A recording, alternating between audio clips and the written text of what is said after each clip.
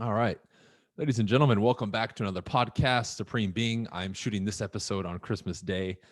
I know everybody's out there doing their thing. You may not listen to this the day of or the day after. However, I'm going to sit here for about 20 minutes on the 25th of December, 2020, and cover some things that I think are important, wrap up the year, moving into the new year, and things that are always going to be relevant, right? And that's typically what I talk about. All right. First and foremost, if you're not aware, with this particular podcast, we're on every major podcast platform. Shout out to Modern Success, my family, my tribe. If you guys are interested in joining my coaching and my movement, my accountability program, and all that fun stuff, briancasella.com, or go to the link in my bio on Instagram.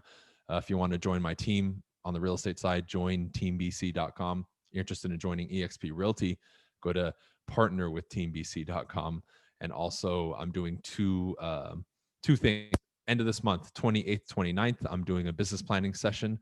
If you need the link, contact me on social media at Brian Casella is all my handles. And also, I will be doing the first challenge of the year, the first week of January. It's a 5-day challenge, and it's going to be specifically catered to and focused on setting appointments with people in person, over the phone, and really, really going to take it to the next level. So if you're interested in either one of those, you can message me privately, and I will send you the sign up link. Okay. So let's begin. A couple things that I want to talk about.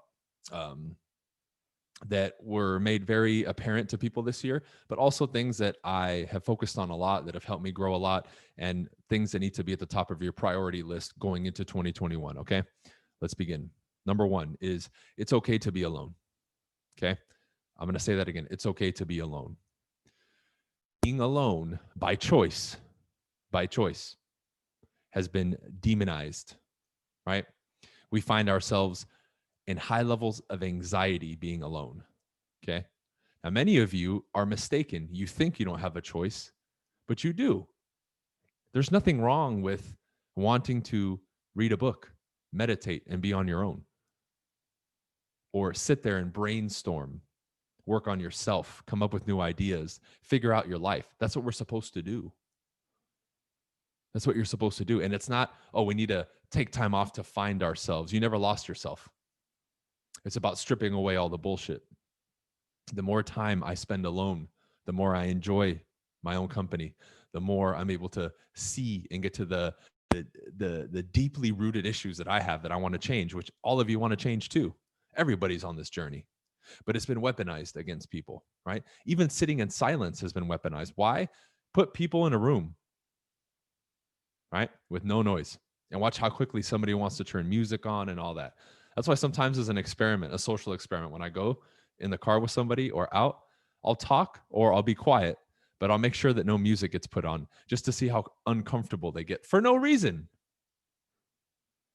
For no reason. It's crazy. Why is that a problem? You see, if you cannot turn the noise off and be with you forget about all this stuff. Forget about the majority of stuff that I talk about. Forget about planning for yourself. Like, as an example, right now, everybody's planning for the new year. How many of you have actually sat with yourself in silence and gotten to the root of where you're at right now, what got you there, where you want to move forward, and really listen to you versus hearing a voice in your head, which is somebody else telling you to do something? Many people will watch my shit and then make their goals the same goals as mine. Now, in some cases, if it's genuinely your goal too, cool. But in a lot of cases, it's not. Forget what I do. You can look at what I'm doing or someone else is doing. That's fine. But we have to draw that clear line. Now, many of you have been so out of touch with yourself, you don't know the difference. You don't know if I'm speaking in your head, your parents are speaking in your head, or you're speaking to yourself. You have no idea the difference because you're so out of touch with yourself. Again, this isn't a self-discovery, I need to find myself. I think that from a linguistic standpoint and a mental standpoint is a trap. What do you mean you've lost yourself? You never lost yourself. You just got out of touch. You've been, um, we can say, squished and pushed down with so many layers upon layers upon layers of shit that's not yours. Beliefs, philosophies, bad energies, right? Now you think that the accumulation of memories that you have is who you are. That's incorrect, right? Now, I'm not going to get too much into that side of it, this podcast, but that's incorrect. You are not the sum total of all your memories and experiences. That doesn't necessarily mean that's you. There's so much more to it than just that. But again, if we're constantly in a state of anxiety, right, and we can't get back to zero, we're going to have an issue, because a lot of these activities that we're going to do now going into the new year and that are going to begin your year are riding on this. And this is why everybody, right, probably like 95% of the planet or more, goes through this perpetual cycle of issues over and over every year. Okay, this is going to be the year. You know how many times I've heard people say 2015 is going to be my year, 2016 is going to be my year. I hear those same motherfuckers now saying 2021 is going to be my year. Dude, how many more fucking years do you need to do to finally do that one thing? Come on. Admit there's an issue and we can fix it. Maybe I can help you or someone else can help you. But goddamn, when I need help, I'll raise my fucking hand. I'll be the first person to raise my hand and say, dude, I need help. Please help me. But I look at those people and the moments that I've had issues also myself. And it's when we're too plugged in with other people, right? A lot of you that will listen to this podcast, I guarantee you're spending around time around people that you don't want to spend time with, that you feel this obligation to spend time with them. Why? Why? All of that should be by choice. Imagine how different people's psyches would be and relationships would be if everybody hung out with somebody else, whether it's family or anyone else, by choice, and said, hey, I'm over here today. Imagine even right now, the holidays, right? Imagine the holidays. Hey, mom and dad, I'm over here by choice because I want to spend time with you guys. Imagine if somebody told you that. Wouldn't that make you feel really good? Versus, I remember growing up, my friends, oh, well, you know, it's the holidays. I got to go spend time with my grandma. It's like, dude, it's your fucking grandma. You should love her. All right. So we can be alone by choice, but we can also spend time with others by choice. Wouldn't that be cool? And if you are, acknowledge it. Make other people feel good. Right. And I guarantee you, many of you haven't even thought about that, and do it. I make a very ritualistic habit of doing that. You know, I'll emphasize, man, it's really good to see you. I really wanted to come see you. Even if it's a friend or whatever, it doesn't matter. And I say, your company is always welcomed. Your company is always good, right? Good energy. We always have a good time, right? Little acknowledgments like that. By the way, that's something you can be saying to yourself as well. I enjoy being with me. I enjoy my company. I enjoy reading a book. I enjoy having a tea and chilling and meditating, or, you know, going outside and sun gazing, whatever the fuck it is. I enjoy those moments, all those little blips and moments. I remember that stuff. I enjoy it. I get happy just talking about it. But that going into 2021 needs to be a major focus, because it's that connection that I just described for the last 5-10 minutes, that when you get hit in the face with something like coronavirus, now you're not responding the same as everybody else. You're able to still operate at a level of efficiency, certainty, confidence, calm, and poise that very few people have access to. And one of the foundational pillars of that is what I'm talking about right now. Okay. So that's one. It's okay to be alone, and everything that surrounds this subject. Okay. Remember, it's by choice. We're not, you know, the person who wants all this attention and doesn't have any social skills and all that. We've worked on that. So now we step up. If we show up, we're the life of the party if we want to be. We can tell stories and have people captivated. But no, we're sitting at home by choice at times, reading and working on ourselves. That's what I'm describing here. Let's make this very clear. All right. Number 2, overall, less emotional attachment. Okay. I talked a little bit about this in my coaching yesterday in a short, I do like daily videos for them, and I'm going to expand more on this topic. But one thing I spoke about, this one subject for them that I can, give you a little nugget on is, you're on your path and you're evolving as a human being. And one of those rites of passage is the switch, meaning you go from operating purely on emotion in the beginning, which is how we're wired growing up, because it's just response. We see, we respond, we see, we assimilate, and we copy what we see. Okay. It's part of human evolution. To then now you get to the point where you now flip that. Now your intellect is governing your process in your world, right? And you have control over the emotion. The emotion is secondary. You're not reactionary. Okay. Now I wrote that down. Less emotional attachment.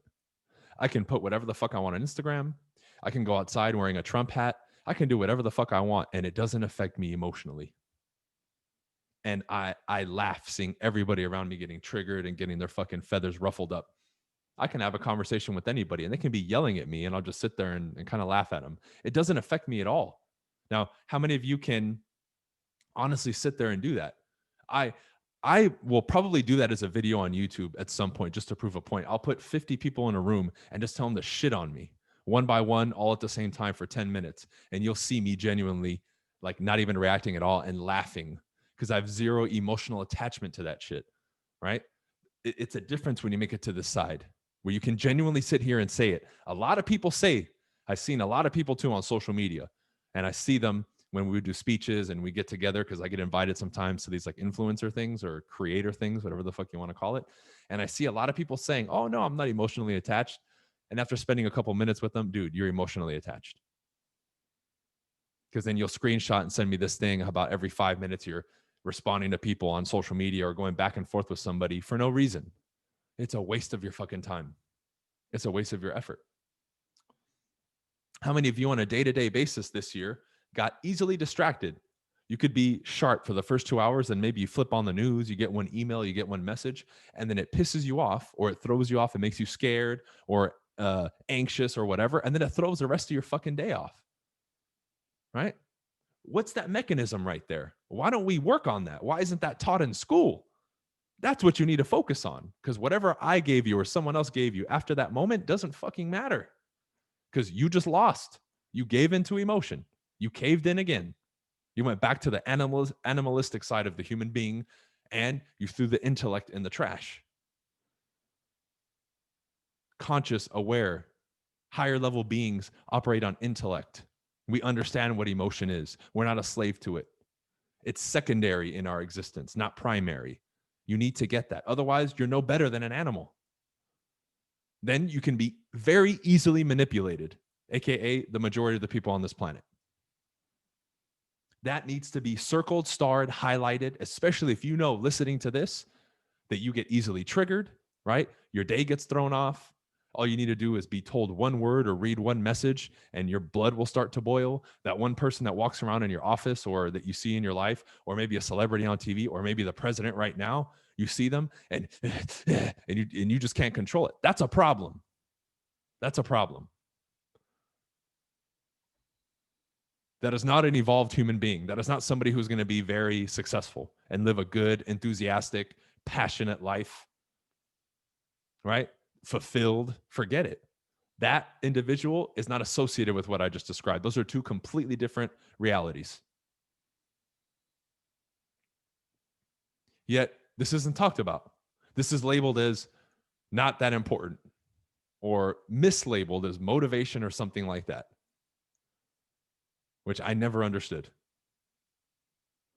So, are we going to now purposefully put ourselves in scenarios where we have to work on this?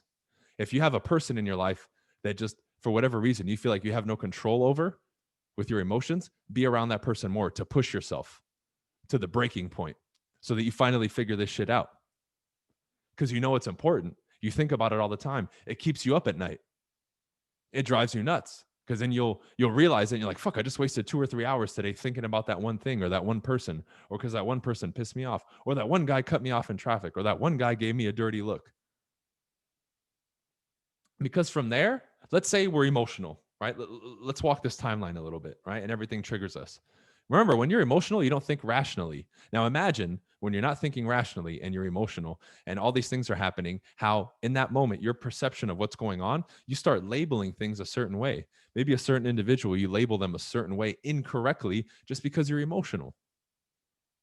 Or you don't handle your business with a client and you fuck over a customer or whatever it is. Then you want to blame, oh, sorry, I was angry. No, that's not a valid excuse.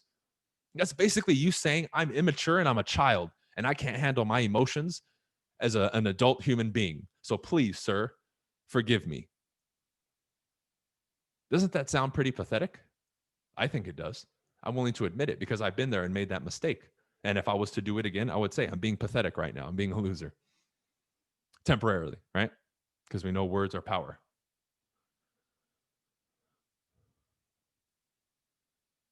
So before we talk about, I want to make X amount of money, I'm going to do this, I'm going to do that. Why isn't this on the priority list? All I've said is two things so far in almost 20 minutes. It's okay to be alone and less emotional attachment. Less emotional attachment, right? Now, what people misunderstand about this is I'm not saying we don't have emotions as human beings. No, we're going to have emotions, right? However, we're in control and we're not indulging in emotions. Lack of control equals you're going to be pulled like a puppet because the whole world has stimulus response. And depending on how you're wired for that stimulus response, you're going to be fucked up, right? Or overindulging in emotions is what causes addictions and problems.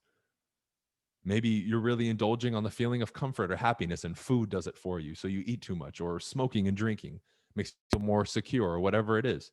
Now we're talking about overindulgence in an emotion, and that's an issue, right? Just like if I eat too much food, that's bad, right? If I exercise way too much, it's going to break my body down, right?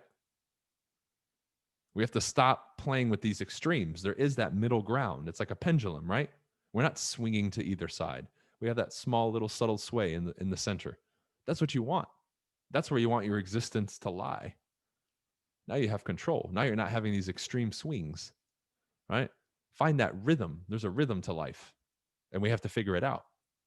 There's an ebb and flow, but we have to catch it and be on it and not resist it. When you resist it and you're against it is when you start having those extremes. One day I'm super happy, the other day I'm sad.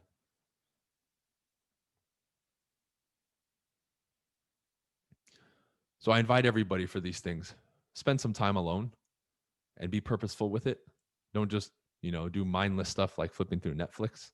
You want to do that a little bit? Fine. Just make sure it's the minority, not the majority of your time. Spend alone. Okay. Look at yourself in the mirror. That's an exercise I've been giving people for a long time. If you cannot look at yourself in the mirror, in the eyes, and appreciate what you see, you have a long way to go. Okay. And I've been there. Less emotional attachment. What is it going to take for us to finally understand how this permeates literally every aspect of our existence? I see people, yeah, I'm good with criticism and judgment. And I'm not really triggered and I'm not really emotional. And I follow them for a day. It's like bullshit, dude. Either you're delusional or you don't understand what that means. Not at all. And something has to be done. Right? So the last thing and piece I'm going to give you here as a challenge, as like some homework, is every single one of you listening to this, wherever that threshold is for you emotionally, I want you to go play in that realm. Put yourself in that one scenario where you know this is going to test you and step up and start taking steps to getting better. Change how you react. Ask yourself, what am I thinking in those moments? What's happening right before? What's happening right after? How can I change it? What do I need to do? What do I need to become aware of? Because there's many things that you're not aware of right now, or even just having that presence of mind in those moments will change everything. Now, is it a lot of work? Yes. Does it suck sometimes? Absolutely. But anything that's worth having is not easy. If it was easy to have everything, we wouldn't appreciate shit. You know it. I know it. Everybody knows that. All right. And I don't have to repeat it again. Cool. So with that said, I'll end the podcast episode here. If you guys do celebrate Christmas, normally I'm against it, but Merry Christmas, whatever you guys are doing, enjoy. Again, if you need links to the business planning session or the appointment challenge I'm doing the first week of January, you can go ahead and DM me. You guys know all my handles. Just type in Brian Casella on Google and you'll find me. Shout out to Modern Success. If you guys are interested in joining Modern Success, remember in 1 week, as of the 1st, the monthly sign-up option will not be available anymore. It'll be a one-time payment for the year. So if you want to be grandfathered in with the monthly payments, make sure you sign up by midnight on the 31st.